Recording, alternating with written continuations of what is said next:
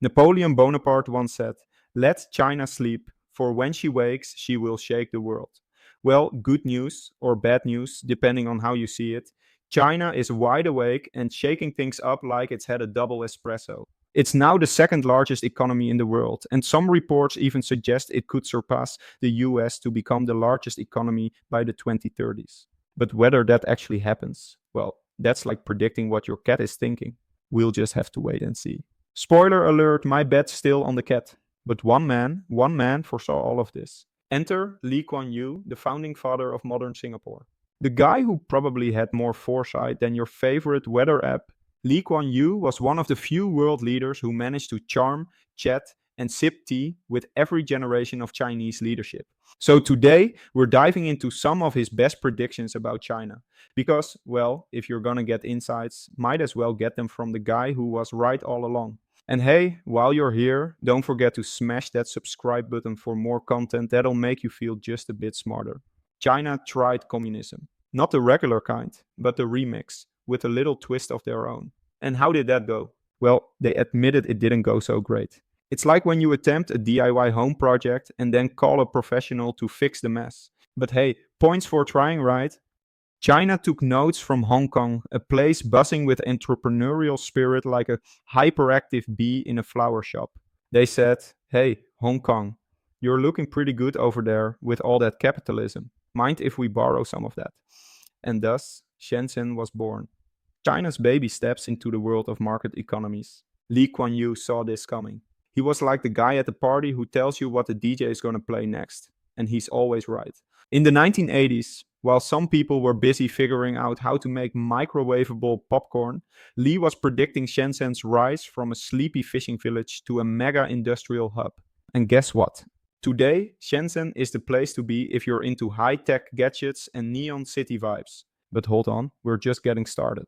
Back when Shenzhen was still learning how to tie its shoelaces, Lee Kuan Yew also predicted that China would be building its own planes, like legit aircraft. And boom, here we are with the C919, China's very own answer to Boeing and Airbus. It's like seeing your high school science project win a Nobel Prize. The C919 is part of China's grand scheme to stop being the world's sneaker maker and start competing in the big leagues, like aerospace. President Xi Jinping's got his eyes set on taking China from making plush toys to, building planes. No big deal. Only a handful of countries can pull off making aircraft, and China's making it happen. You know how hard it is to assemble an IKEA table? Now imagine that, but it flies. Yeah, exactly. Now, some folks are wondering what's next for China. Are they going to just dominate Southeast Asia like a board game of Risk gone rogue? Lee Kuan Yew didn't think so. He figured China wasn't about to go all Game of Thrones on its neighbors. In fact, he predicted that a prosperous China would mean more security for everyone around. Because who's got time for invasions when you're busy running a global superpower? Lee Kuan Yew shared a lot of these insights after stepping down as Singapore's prime minister in 1990. And guess who was listening? Al Gore. That's right, Mr. Inconvenient Truth himself once said that if you want to understand China, Lee's your guy. He was like the Yoda of geopolitics, but without a lightsaber. In 2013, Lee published a book called One Man's View of the World. Let's just say it's not your typical beach read. In this book, Lee talks about China like a proud parent at a school recital. He knew China was unique, with 5,000 years of history. The Chinese have always believed that stability comes from a strong center. He said, a weak center means chaos. Translation, the Chinese government is like the Wi-Fi router. You only notice it when it's not working. While some in the West want China to be more like a democracy, Lee was like, yeah, that's not happening.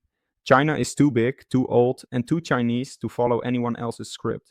They'll do it their way. Thank you very much. So what does the future hold for China? According to Lee Kuan Yew, they're on track to become an economic giant, rivaling the US by sheer size, if not per capita.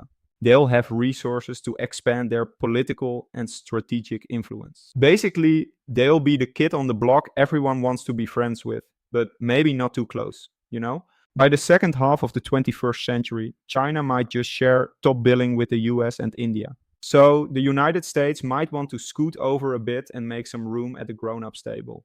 And what should America do in the meantime? Lee Kuan Yew said it best: make sure China feels welcomed at the top table, because nothing says global diplomacy like a good seat arrangement. Just make sure they play by the rules. No skipping turns in Monopoly China. So, there you have it.